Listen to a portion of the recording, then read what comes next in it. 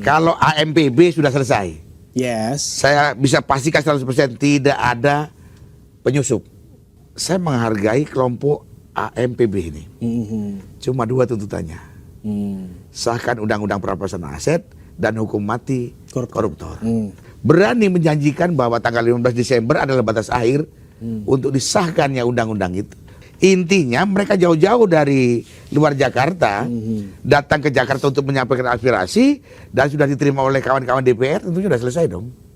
Kalau ada tuntutan lain itu di luar kendali mereka, di luar keinginan mereka.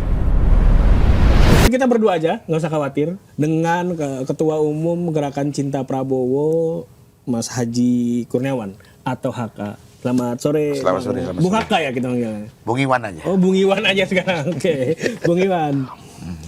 Bung Iwan, sekarang kita ngomongin demo-demo gimana?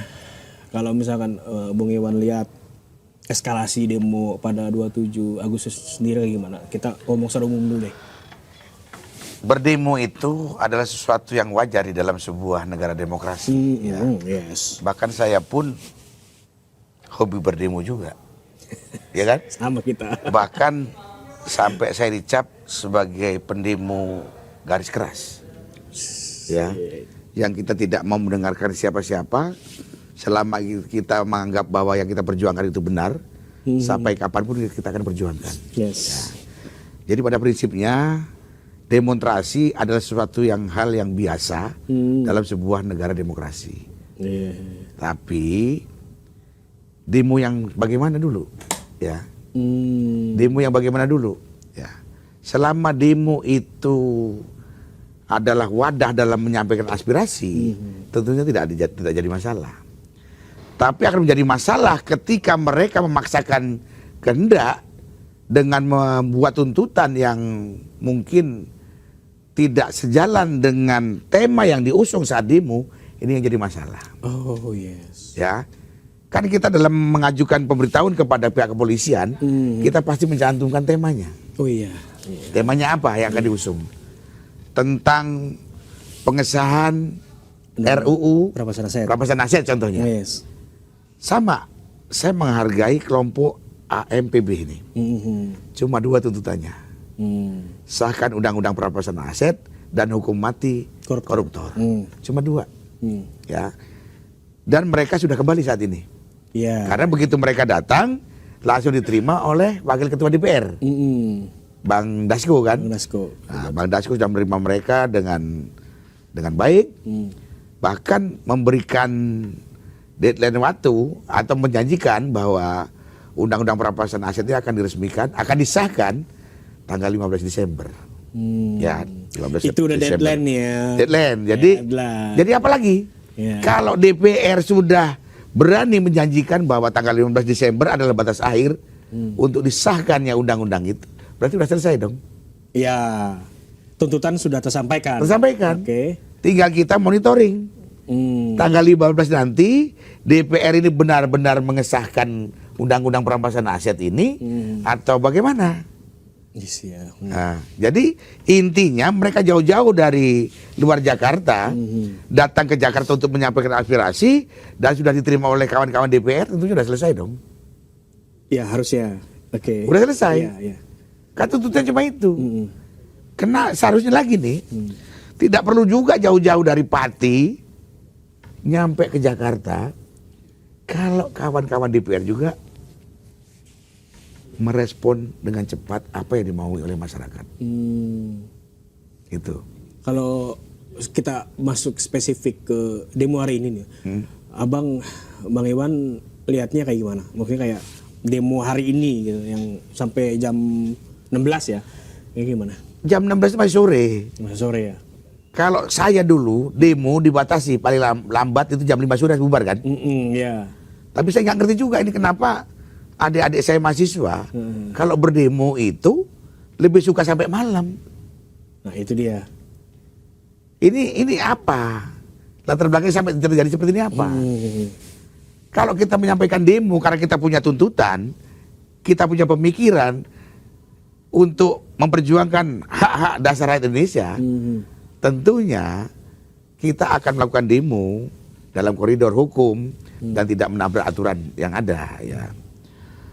Masalah lambat atau bagaimana kawan-kawan DPR merespon itu tentunya masing-masing pihak punya alasan. Oke. Punya alasan ya. Jadi saya menyikapi demo pada hari ini, demo inti itu tentang undang-undang perampasan aset dan dihukumnya koruptor dengan hukuman mati udah selesai. Sebenarnya judul hari ini cuma itu aja, nggak ada judul tambahan dan ini sudah disampaikan langsung oleh Mas Boto yang dari AMPB, ya. Ini itu yang sampaikan. Kalau ada tuntutan lain itu di luar kendali mereka, di luar keinginan mereka. Yang saya pertanyakan, yang sampai saat ini masih berdemo, ini siapa? Ini siapa?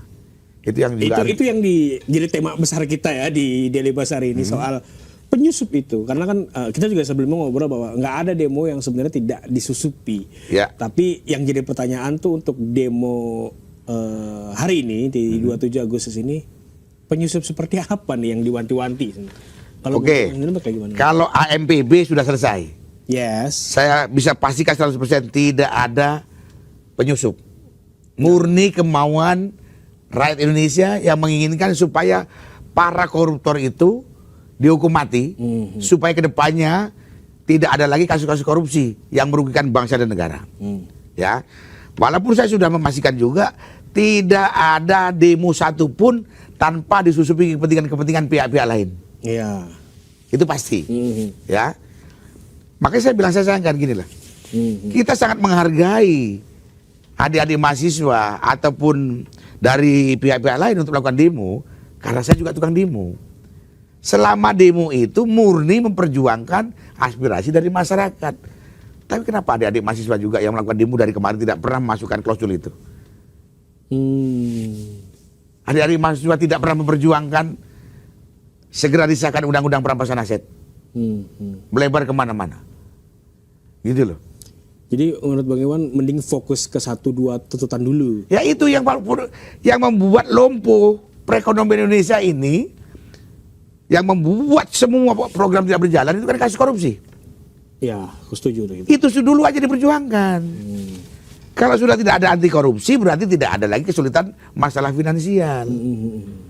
Negara kita ini kan kaya. Iya Bang, saking kayanya aku dapat laporan dari PPATK katanya kalau korupsi di Indonesia diberantas, kita semua tuh per orang minimal gaji 27 juta Bang, per bulan itu. Sama seperti Brunei. Iya. Ya. Brunei kecil ya. Kecil aja bisa menghidupi masyarakatnya, warganya, apalagi Indonesia. Yes. Nah Pak Prabowo punya keinginan untuk itu. Jangan diganggu dengan hal-hal yang tidak perlu. Tapi kan masyarakat juga kadang melihat pemerintah Prabowo tuh dari layar kacanya aja dalam tanda kutip ya komunikasinya buruk. Gimana abang melihatnya? Kalau itu saya akui tentang komunikasi yang kurang bagus. Itu dari awal kita di acara begini, acara yang lainnya pun saya bahas kan. Iya. Berarti abang sebenarnya mengakui gitu. Itu yang di kabinet merah putih, kabinet Prabowo itu yang jelek komunikasinya. Masing-masing kementerian tidak menyampaikan program kerja yang sedang dikerjakan, yang sudah dikerjakan dan yang akan dikerjakan. Targetnya apa yang sudah dilaksanakan tidak ada. Jadi yang ada seperti Prabowo bekerja sendiri. Iya, jadi kayak Prabowo one man show ya. Jadi ya iya, karena itulah saya menyayangkan. Saya selalu mengatakan kawan-kawan yang sudah duduk di kabinet, kalian itu menjabat untuk membantu Prabowo menjalankan program-program kerja, atau kalian ini aji mumpung yang penting duduk jadi pejabat, atau yang lebih ekstrim lagi, kalian itu akan membantu Prabowo atau akan membantu Prabowo jatuh. Gak sempet baca? Dengerin aja, klik icon text to speech di okezone.com.